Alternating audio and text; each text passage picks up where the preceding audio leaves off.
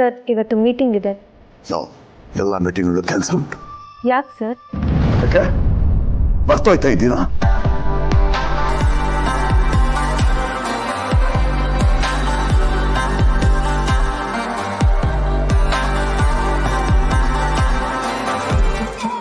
ನನ್ನ ಫ್ಯಾಮಿಲಿಯನ್ನು ಕಳ್ಕೊಂಡ ದಿನ, ನನ್ನ ಮುತ್ತಿನ ಮಗಳು, ನನ್ನ ಜೀವಕ್ಕೆ ಜೀವ ಆಗಿದ್ದ ಮಗಳನ್ನ ಕಳ್ಕೊಂಡ ದಿನ, ಅವತ್ತು ನನ್ನ ಮುತ್ತಿನ ಮಗಳು ಹೊರಗಡೆ ಹೋಗ್ಬೇಡಪ್ಪ ಅಂತ ಕೇಳ್ಕೊಂಡ್ರು. ಬೇಗ ಬಂದ್ಬಿಡ್ತೀನಿ, ಬರ್ಬೇಕಾದ್ರೆ ಆಟ ಆಡೋದಕ್ಕೆ ಒಂದು ಗೊಂಬೆ ತಗೊಂಡ್ಬರ್ತೀನಿ ಅಂತ ಹೇಳಿದ್ದೆ. ನನ್ನಪ್ಪ ಬರ್ತಾನೆ, ಗೊಂಬೆ ತರ್ತಾನೆ ಅಂತ ನನ್ನ ಮಗಳು ಕಾಯ್ತಾ ಇದ್ಲು. ಆದ್ರೆ ಹಾಗಿದ್ದೆ ಬೇರೆ, ಚಿಟ್ಟಬಂಡ್ ವಿಷಯವಾಗಿ. ಗೌತಮ್ ಮತ್ತು ಅವರಪ್ಪ ನನ್ನ ವಿರುದ್ಧವಾಗಿ ಜನಗಳಿಗೆ ಹಾಕೊಟ್ರು.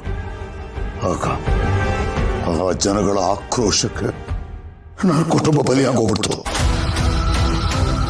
ನನ್ನ ಕೈಯಿಂದ ಕಳ್ಕೊಂಡೆ. ನನ್ನ ಹೆಂಡತಿ, ನನ್ನ ಮಗಳು ನನ್ನ ಕಣ್ಣೆದ್ರಿಗನೆ ದಗ ದಗ ದಗ ಅಂತ ಉರಿದು ಹೋಗ್ಬಿಟ್ರು. ನಾನು ಜೈಲ್ ಪಾಲಾದೆ. ಇವತ್ತು ನನ್ನ ಮಗಳು ಇದ್ದಿದ್ದಿದ್ರೆ 25 ವರ್ಷ ಆಗಿರೋದು. ನಿಂತರನೇ ಇರೋಳು. ಆದ್ರೆ ಇವತ್ತು ಅವಳಿಲ್ಲ.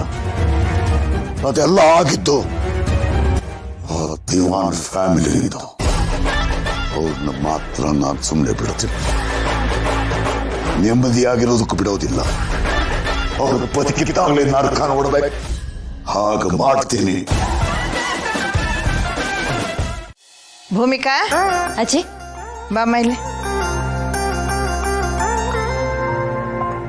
ಎಲ್ಲಮ್ಮ ಅವನು ನಿನ್ನ ಯಜಮಾನ? ಎಲ್ಲೂ ಕಾಣಿಸ್ತಾನೆ ಇಲ್ಲ. ಇದೇನಜ್ಜಿ ಇದು? ಇಷ್ಟ ದಿನ ಗುಂಡು ಗುಂಡು ಅಂತಿದ್ರಿ, ಈಗ ನಿನ್ನ ಯಜಮಾನ ಅಂತಿದ್ದೀರಾ? ಏನಿಲ್ಲ, ಏನೋ ಬಾಯಿಗೆ ಬಂತು ಕರ್ದೆ. ಸರಿ ಹೋಗ್ಲಿ, ಅವರಿಂದ ಏನಾದ್ರೂ ಆಗ್ಬೇಕಿತ್ತಾ? ಏನು ದೊಡ್ಡದಾಗಿ ಒಳ್ಳೆ ರೂಲ್ಸ್ ಮೇಲ್ ರೂಲ್ಸ್ ಹಾಕ್ತಿರ್ತಾನಲ್ಲ, ಅದಕ್ಕೆ ಮತ್ತೇನಾದ್ರೂ ಹೊಸ ರೂಲ್ಸ್ ಹಾಕಿದಾನೇನೋ ಕೇಳೋಣ ಅಂತ ಕೇಳಿದೆ. ಯಾವಾಗ ಏನ್ ಮಾಡ್ತಾನೋ ಅಂತ ಹೇಳಕ್ಕಾಗಲ್ಲ. ಹೊಸದಾಗೇನ್ ರೂಲ್ಸ್ ಹಾಕಿಲ್ಲ ತಾನೇ. ಇನ್ನೊಂದ್ ಸ್ವಲ್ಪ ದಿನ ಹೋದ್ರೆ ನಮ್ಗೆ ಯಾರು ಉಸಿರಾಡಕ್ಕೂ ಬಿಡಲ್ಲ ಅನ್ಸುತ್ತೆ.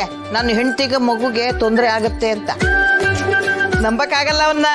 ಹಂಗ್ ಮಾಡಿದ್ರು ಮಾಡ್ತಾನೆ. ಅಜ್ಜಿ, ನೀವು ನನ್ನ ಎದುರುಗಡೆನೆ ನನ್ನ ಯಜಮಾನ್ರನ್ನ ಆಡ್ಕೋಬೇಡಿ. ಅಯ್ಯೋ ಶಿವನೇ, ಅವನು ನಿನ್ ಗಂಡ ಆಗೋಕ್ಕಿಂತ ಮುಂಚೆ ನನ್ ಮೊಮ್ಮಗ ಕಣೆ ಅವನು. ಹಾ ಹೇಳೋದ್ ನೋಡು, ಗಂಡನ್ನು ಆಡ್ಕೋಬಾರ್ದಂತೆ. ಏನೇ ಆದ್ರೂ ಗಂಡನ್ ಮಾತ್ರ ಬಿಟ್ಕೊಡೋದಿಲ್ಲ ನೋಡು ನೀನು. ನೀನು ಒಬ್ಬಳಿಗೆ ಗಂಡ ಇದ್ದವನಂಗ ಆಡ್ತಿದ್ಯ. ನಾನು ಒಬ್ಬಳಿಗೆ ಗಂಡ ಇದ್ದಾನೆ ಅಂತ ನಾನು ಹೇಳ್ತಿಲ್ಲ, ಆದ್ರೆ ನನ್ನಂಥ ಗಂಡ ಸಿಗೋಕೆ ಇನ್ಯಾರಿಗೂ ಚಾನ್ಸ್ ಇಲ್ಲ. ದೂರ್ಬೀನ್ ಹಾಕಿ ಹುಡುಕಿದ್ರು ಸಿಗಲ್ಲ ಅಜ್ಜಿ. ಕೋಟಿಗೊಬ್ರಂದ್ರೂ ತಪ್ಪಿಲ್ಲ ಅಂತ ಅಪರೂಪದ ಗಂಡ ಅವ್ರು. ಅವ್ರನ್ನ ಹೇಗ್ ಬಿಟ್ಕೊಳ್ಳಿ?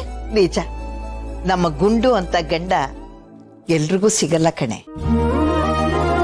ಹಾಗೆ ನಿನ್ನಂತ ಹೆಂಡತಿನೂ ಯಾರಿಗೂ ಸಿಗಲ್ಲ. ನಿಮ್ಮಿಬ್ಬರದು ಹೇಳು ಮಾಡಿಸಿದ ಜೋಡಿ. ಒಬ್ರಲ್ಲೊಬ್ರು ಹಾಲು ಜೇನಿನ ತರ ಬೆರೆತು ಹೋಗಿದ್ದೀರ.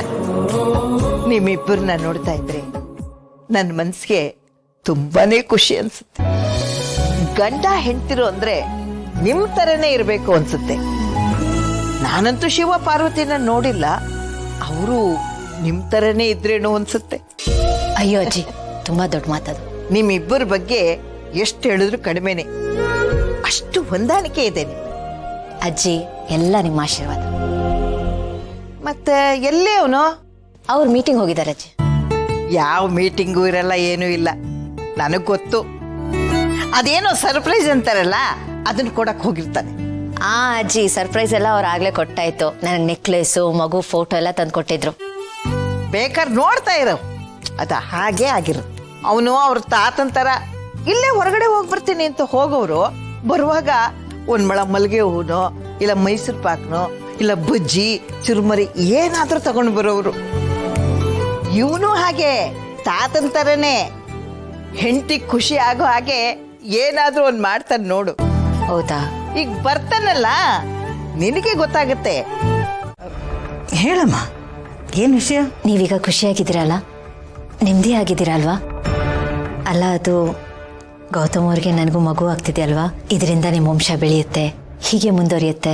ಎಲ್ರಿಗೂ, ಐ ಮೀನ್ ಪಾರ್ಥ, ಅಪೇಕ್ಷಾ, ಮಲ್ಲಿ, ಜಯದೇವ್ ಎಲ್ರಿಗೂ ಮಗು ಆಗುತ್ತೆ. ಇದು ನಿಮ್ಮ ಮನಸ್ಸಿನ ಹಗ್ರ ಮಾಡಿತ್ತೆ ಅಂತ ಅನ್ಕೊಂಡಿದ್ದೀನತ್ತೆ.